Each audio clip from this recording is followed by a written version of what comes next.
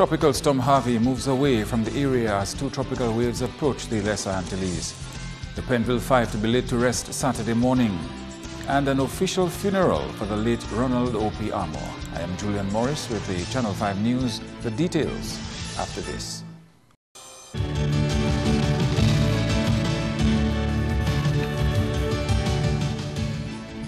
First up, while Dominica may not be under direct threat from Tropical Storm Harvey, the Met Office says two tropical waves are expected to approach the Lesser Antilles, the first one by late Saturday and the second by Monday.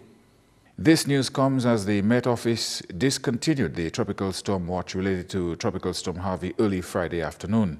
Harvey transformed from a low-pressure system to a storm on Thursday afternoon. The storm is expected to continue moving away from Dominica. In other news now, a sports teacher, an environmental health officer and a vector control officer among the Penville 5 who will be laid to rest on Saturday.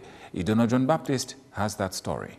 29-year-old Chris Masley, 25-year-old Jean-Louis Tiveri-Sangu, 22-year-old Clement Libla Jr., 21-year-old Mandela Brandon Ofar, and 21-year-old Jude Cecil Jean will receive a grand send-off on Saturday on the Penville playing field at 10 a.m.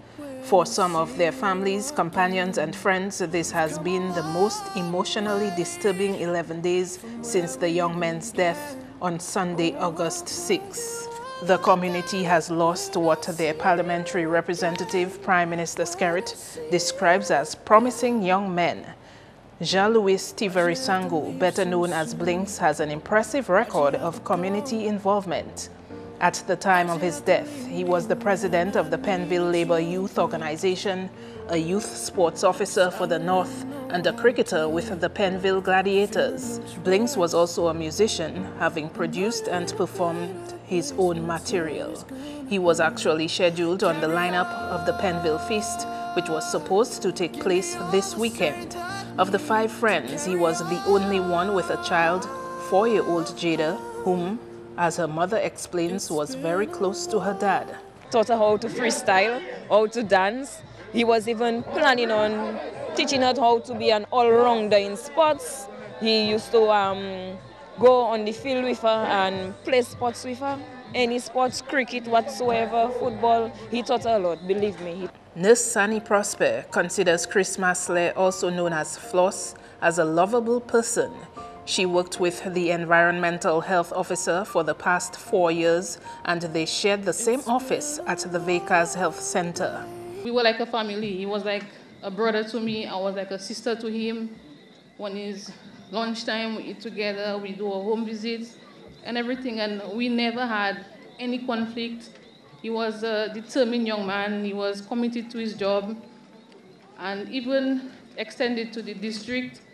He was a dedicated worker, and our last project really was the Caribbean Wellness Day 2016. We worked with me on the committee, and even if it wasn't at every meeting, but when I gave Chris his responsibility, and I say, Chris, you check that? He said, yes. And on the day, everything happened as planned. And he was very instrumental, as was said earlier, in the mosquito-proof drum. And we will always remember him for that. Up to a few hours before his death, we saw each other, we greeted, we had a good time together. Clement Libla Jr. was a vector control officer. His friends called him Fresso. Always help each other in terms of homeworks, schoolwork, play fight, cook food somewhere, always together. He was always an easygoing person. And I always say, in between two of us, I was the hothead. When someone would trouble Clement, he would always say, boy, you don't know me, but I will leave you alone. Nothing wasn't too much to do for him to do for you. Even though he cursed you today, tomorrow he'll come back and hug you. That was the type of person Clement was. Jude Cecil Jean was an employee at HHV Whitchurch, Portsmouth, and Mandela Ofar, a young farmer who raised chickens. For Kenroy Jean, he is without a family of brothers and considers this a time to change his life. Blinks and Cecil were my blood family. In fact, all of us were family. Where you see one, you see all. And it's just like, I remember my brother died, Blinks was like my mentor. Blinks every single day. Blinks would have messaged me and say, Dog, you good? and talk to me and give me encouragement. And I just find out to return the favor, to give the family my support. And trust me, those guys, every morning I wake up, I have to cry because Freso, especially Freso, we have a group chat there, and every morning Freso would I get up and say something funny. And it's like waking up to the group chat, it's so quiet, it's like we're missing a family, you understand? And now I know those guys are in heaven together with my brother, they sing in a way because that's what they like to do. All my fellows, them, now we have to take life very serious because, you know, most of the way we reckless sometimes. And Pennville will not be the same again. The incident has left a hole in our hearts, as some of the comments from the community. The young men were coming from a fete at Tebow about 7 a.m. en route to Pennville when the car they were traveling on, driven by Chris Masley, crashed through a guardrail at Vekas and plunged down a 400-foot precipice into the sea. They will be laid to rest at the Pennville Public Cemetery. There will be presentation of eulogies and tributes, while Father Herman Chaplis will deliver the homily. The Northeast Funeral Home is handling the funeral arrangements in collaboration with a Pennville Funeral Committee. Idona John Baptist, Channel 5 News. And Monday has been declared an official day of mourning as the government of Dominica will afford the late Ronald Armour an official funeral. Here again is Idona John Baptist. This means that the Dominican flag will be flown at half-staff on all public buildings. According to information from the Office of the Prime Minister, Armour served as a member of the House of Assembly representing the Roseau South constituency between January 7, 1966 and March 24, 1975. The then Premier of the country, Edward Oliver Leblanc, appointed him as Minister of Communications and Works on March 1, 1967. He had the distinction of being the youngest Minister of Government at the time. In September of 1970, Armour became Minister of Education and Health following a cabinet reshuffle. Following the October 26, 1970 general elections, Armour was appointed the Minister of Finance, Trade and Industry and Deputy Premier of Dominica. On January 1, 1973, his portfolio was changed to Finance and Development while maintaining the designation of Deputy Premier. Armour was a qualified lawyer, having studied at the University of London in the United Kingdom in 1961 and being called to the bar there. He also obtained a diploma in economics and social administration from the London School of Economics in 1963. He was an active member of several student groups, including the West Indies Students' Union, the Afro-Caribbean Society, and the Africa Society. 77-year-old Armour was born on Monday, June 17, 1940. He passed away on Monday at the Princess Margaret Hospital. His Excellency the President Charles Savary, Prime Minister the Honorable Roosevelt Skerrit, Speaker of the House of Assembly Alex Boyd Knights, and other members of Parliament, government ministers, and other government officials are expected to attend the official funeral. It will be held at the Mount Wallace Methodist Church in Portsmouth on Monday, August 21, from 3 p.m. Viewing of the body will take place between 2 p.m. and 2:55 p.m. Armour will be buried at the Armour Family Burial Ground in Blenheim. In other news now, the private sector is welcoming efforts by government to make occupational health and safety a priority. Lucia Sandy of Dominica Manufacturers says this can lead to a more motivated workforce and increased productivity. During the 2017-2018 budget presentation, Prime Minister Skerrit said effective October 1, 2017, protective personal equipment including industrial gloves, safety footwear and the protective masks and respirators will be free of import duty. He also announced that government and the private sector were working together on establishing an occupational health and safety policy. The Dominica Manufacturers Association welcomes these developments. What we are encouraging the manufacturers to do is to take advantage of this and ensure that their employees and themselves are working in a safe environment, because occupational health is important. President of the Builders and Contractors Association, Anthony Leblanc, also welcomed government's efforts to make occupational health and safety a priority. The association is a private sector body which advocates for safety in the workplace. There's good news. Occupational health and safety took some stage. On page 34 of the budget address, we read the grant of concession on safety equipment used at workplaces. And 2, effective October 1st, 2017, and consistent with section 1116 under the list of conditional duty exemption of the Common External Tariff, the import duties on industrial gloves, safety footwear, and protective masks and respirators will be set at 0. Well, we're still not speaking about VAT, but we got half a loaf. And the third thing that they have is government has therefore decided to pursue the preparation of legislation and to provide the legal framework that mandates minimum health and safety requirements in the workplace. The Labour Division of the Ministry of Justice, Immigration and Labour is mandated to lead this process. We accept that there is a budgetary allocation for this work. This is Channel 5 News. Coming up, a tour of infrastructural projects in Maho constituency.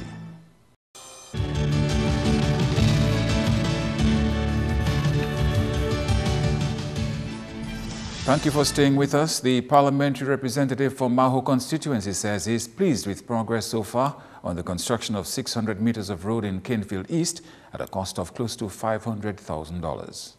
Mr. Blackmore toured this and other infrastructural projects in his constituency on Thursday. We were able to engage 3 different contractors, and there were a number of persons being employed at the time. And of course, we're spending in Canefield East, and we're also doing some tremendous work at RBC Housing Scheme in terms of road reconstruction. So in aggregate, in terms of Canefield East and RBC Housing Scheme, we are spending close to $800,000 for road rehabilitation. And we're looking at actually totally rehabilitating almost 1.1 kilometer of road, and that's tremendous. In terms of RBC Housing Scheme, where we're doing well over 400 meters of road, and the actual cost is a little less. We're looking at $350,000 at RBC Housing Scheme in Canefield. The reason for that, you'll appreciate that the road width in Canefield East is much wider than RBC Housing Scheme. So it is a tremendous improvement to what previously obtained. And that is consistent with the Labour Party overall commitment to repair and to rehabilitate all the existing community roads throughout the country. And I think that is commendable. During his tour, Mr. Blackmore also made a stop at the Canefield Housing Scheme, where construction on a retaining wall has been completed. It is a very important intervention, and I want to really commend the effort of the contractor. I want to express on behalf of the people of Canefield and the Maho constituency as a whole my gratitude to the Ministry of Public Works for facilitating that project and providing the technical oversight and making the monies available in that regard. And so the project was actually, in terms of the wall, and was completed within timeline. So what all that's left to be done is the backfilling of the wall. As we speak also, we're doing over $200,000 worth of river dredging in the river estate area. So the material from that exercise will be used to actually backfill the retaining wall at the Canefield Housing Scheme area. The sadness of loneliness has been identified as one of the leading challenges facing older persons in the Caribbean. Delivering the 10th annual Dr. Sorrento Memorial Lecture Thursday night, Dr. Joan Rawlings sought to address some of the main challenges which older persons, their families, communities and government must address in order to negotiate the path for older persons in an ever-changing society. This lecture comes at a time when seniors 60 years old and over make up the largest share of the Caribbean's population. Dr. Rawlings limited her discussion to family and the older person and general health issues including nutrition and caregiving. Some persons with dementia develop aversive behaviors. They just do not want to eat. and this can seriously disrupt their dietary intake, leading to other health problems. The problem is like this: they might not want to eat, they might keep their mouth shut, their mouth is closed, they have the food in, they don't want to chew it, and so on. And that can be very trying for the caregiver. The caregiver will need to have the patience of Job, because it's much easier not to feed the person. If the person has their mouth closed and don't want to feed, if you don't really care about that person, you'll put the food there, you'll try to feed them, and if they don't want to take it, okay, you're gone. You know, but you really need to have a lot of patience if you're dealing with such a person. Dr. Rawlings agrees with a suggestion by a member of the audience that there should be individuals who champion the cause of the elderly. With a cause like aging, you really need a champion. You know, because people pay lip service to what needs to be done for the older persons, and I don't want to knock politicians or anything like that here, but people do pay lip service, and we can't get things done unless we have the champions who will just sit on the case and keep on going and don't give up and keep reminding them that they said this would be done and we want this to be done before it's too late. So we need a champion, and indeed in all the countries we have to get champions for the cause of aging. Dr. Rawlings presented on the topic Aging in the Caribbean, the reality, challenges and opportunities.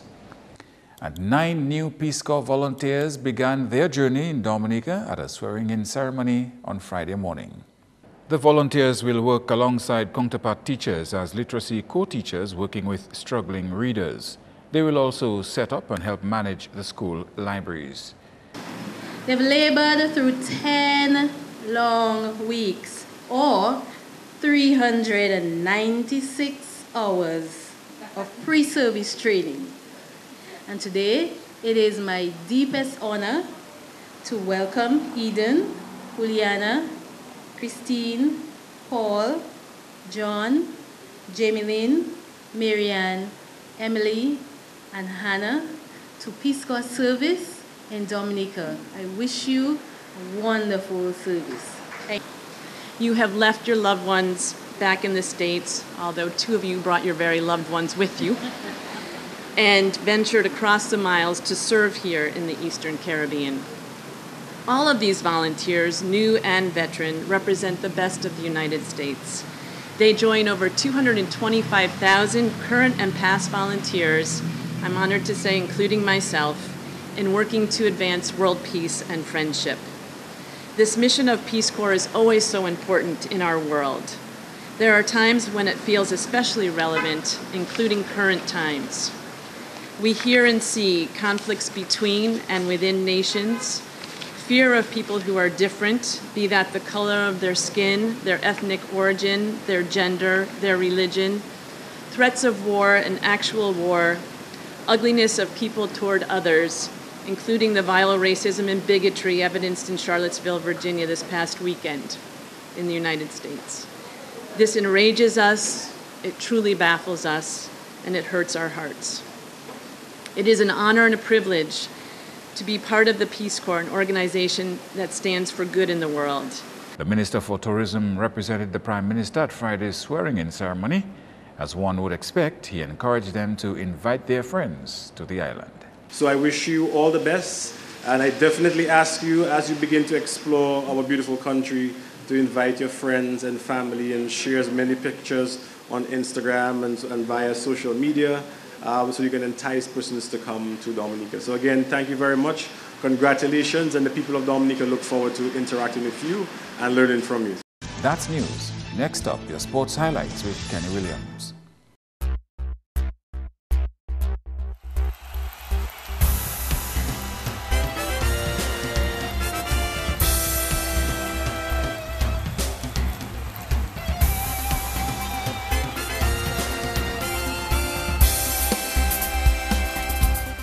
First up in sports, West Indies trailed by 470 runs with 9 wickets remaining in the first innings on day 2 of the first test against England on Friday. Resuming on 348 for the loss of 3 wickets on day 1, England declared on 514 for 8 after 135.5 overs. Alastair Cook continued to hold his ground at the crease until he was out for 243 after having faced 407 balls.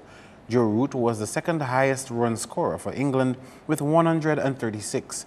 D. Malan also supported with 65. Bowling for West Indies were Roston Chase taking 4 wickets for 113 runs and Kemar Roach 2 for 86. Next at the crease, West Indies scored 44 for the loss of 1 when the rain affected the day's play. Craig Brathwaite was out for Duck, while Kyle Hope supported with 25 not out, and Kieran Powell came in and undefeated at 18.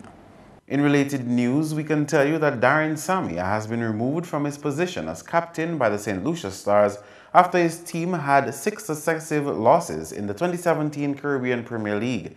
Sami captained 40 out of 43 of the team's matches played in the CPL. Former Australian all-rounder Shane Watson takes over the leadership of the team and will be assisted by new deputy Marlon Samuels. Watson has scored 5,691 runs and taken 194 wickets in T20s. He has also led teams in the Indian Premier and Big Bash leagues. However, the all-rounder has scored just 45 runs in 4 games in the 2017 CPL. Meantime, Kesrick Williams defended 7 of the final over in a dramatic finish that saw Jamaica Talawas steal a 2-run win from Guyana Amazon Warriors in the CPL on Thursday. Batting first, the winning side posted 128 for 7 with 51 from Glenn Phillips. Set 129 for victory, Warriors could only get 126 by the 20th over, with the highest scoring batsman on their squad in that match being Chadwick Walton's 37. Kesrick Williams picked up 3 for 30 for Jamaica. Next up, the sport of fencing has been making strides in 2017 as the association boasts a 50% increase in its membership this year. On Friday, the group ended a 5-day summer program that taught approximately 25 children ages 3 to 16 the fundamentals of the course. As we had for our outreach earlier this year, we've boosted our numbers by 50%. So hopefully this camp adds to that number and grows our family a little more and gets us a little outreach. Right now we're just excited because it's our first camp with no external help, no outside coach, no outside help. It's all ourselves, all Dominica Fencing Association. So it's a proud moment for us, for myself, because I'm the one facilitating this event right now. I'm just very happy with the results so far, and all I can say is I see a good bit of future world champions, Pan-American champions, and Olympians in the midst of those young kids right there. Meantime, Cody says 2017 is expected to be a busy period for the association with a number of activities on the cards. On the 9th of September, we're going to be on the Bayfront. This is our opening of our season. It's basically fencing day worldwide. So we're going to be there doing our demonstrations like we do every year. This year is going to be a lot bigger, a lot better. And from there, this season is going to be one of the most active seasons for fencing, as in overseas competition. Because we're starting off, we have a competition in November coming up in Guadeloupe. And we're planning to send a very good-sized team to that competition because we want to show our face and show that Dominica is involved in fencing, and we're trying to push fencing, and we have a lot of young cadets and juniors who are coming up, and it's their turn to start taking the reins and going out into the competition. Back with more cricket, where Dominica will be looking to dominate with bat and ball when they take part in the 13 and under Goodwill Series in St. Lucia on Tuesday. Team manager Kevin James says the squad has a good all-round performance. We have been doing a good job in terms of the preparation. This week we have been hampered by the weather a bit in our last week of preparation, but nevertheless I think we are ready to go on to St. Lucia in the Goodwill Series and do well for Dominica. The team strength basically I would say lies in our bowling. We have a very complete bowling attack. The batting is very good as well because we have a few boys who have represented the Windwards under 15, as well as I think 7 boys who have represented Dominica at the under 15 level. So I think we have an all-round team, a team that can go out there and do well in the 5 matches that we have scheduled in St. Lucia. Dominica will be coming up against Central Grassroots, John Eugene Academy, Northern Grassroots, and a combined St. Lucia 13 and under team. The squad leaves for St. Lucia on Monday and will be back on the 27th. They will face John Eugene Academy in their first match on Tuesday and play 5 games in 5 days in a 25 overs aside match. Meantime, team captain Majid Peltier says it will take a team effort to secure a series win for Dominica. We just have to be as one team. All my other coaches have been saying that there's no I in team, so it's not all about me as the captain of the team. It's about the whole team, so I cannot do anything without my team. I am one of the more experienced players on his side, so they will more look down to me as the captain and as an experienced player. So with me and with the team, I think that we can win it. The full squad reads Majid Peltier, captain, Tyrese Leblanc, vice-captain, Ajanim Tavernier, Yawani Regis, Stefan Pascal, Neo Davis, CJ Charles, Kieran Phillip, Morel Burton, Jashon Vidal, L. Charles, Ethan Cyril, Jolani Joseph, K. George, and Shirkwan Tuse. The reserves are S. Ofa, Kishon Vivil, T. Aki, and S. Alexander. The 13 and under team was prepared by the Sports Division in the Ministry of Youth, Sports, Culture, and Constituency Empowerment. Finally, we can tell you that over 20 Domino teams will convene at the Goodwill Primary School Auditorium to take part in the New India Assurance and Caribbean 2020 Knockout Domino competition. The teams are Dolphin from Scott Said, 007 from Point Michel, Monzan from Mahu, Taru, Hits from Roseau, Green City from Roseau, Valiance from Monwatchet, Remix from Egliston, Rockers from Peebush, Non-Players from Cassibus, Swansea from Pottersville, Babdad from Grand Fort, Tremors from Grand Bay, Goldams from Soufrier, Bay Boys from Pottersville, Wake Up Stars from Portsmouth, Skills from Massac, Rebels from Fonkole, Enemies from Roseau, Purple City from Tarish Street, and Metrics from Baffin State. Starting time is 10:30 a.m. That's all the sporting highlights for now. I am Kenny Williams. Join us next time.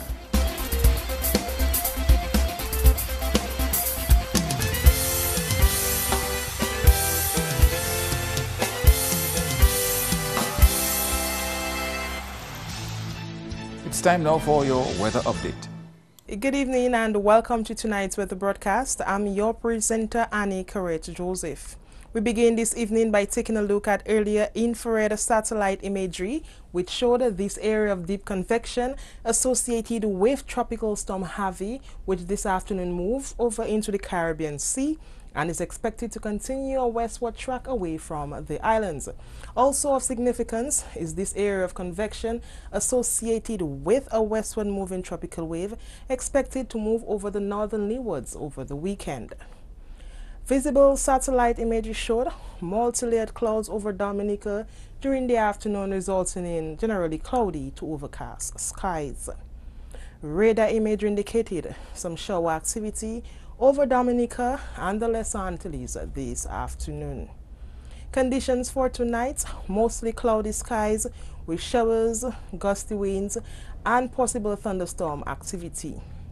Tomorrow, mostly cloudy skies with showers and breezy conditions can be expected.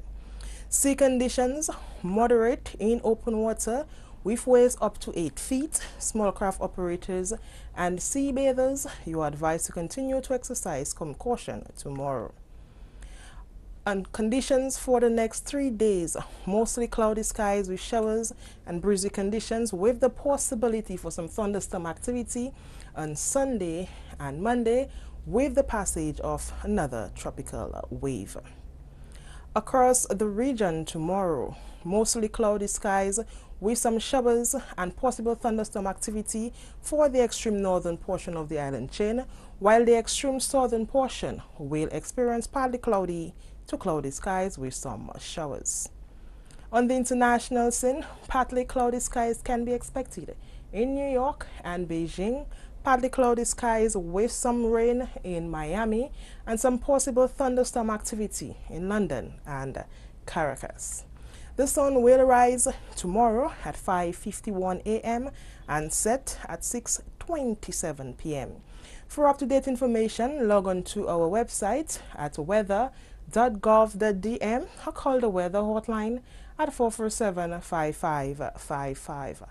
Please remember that we are in the hurricane season. Please keep updated. Thank you and good night. To end the news, the headlines again. Tropical Storm Harvey moves away from the area as 2 tropical waves approach the Les Antilles. The Penville 5 to be laid to rest Saturday morning, and an official funeral for the late Ronald Opiamo. Feel free to contact us at news@mapping2k4.com. You can also access our past newscasts on our YouTube channel. On behalf of the production team, I am Julian Morris. To our viewers around the world, thank you for watching and do have a great weekend.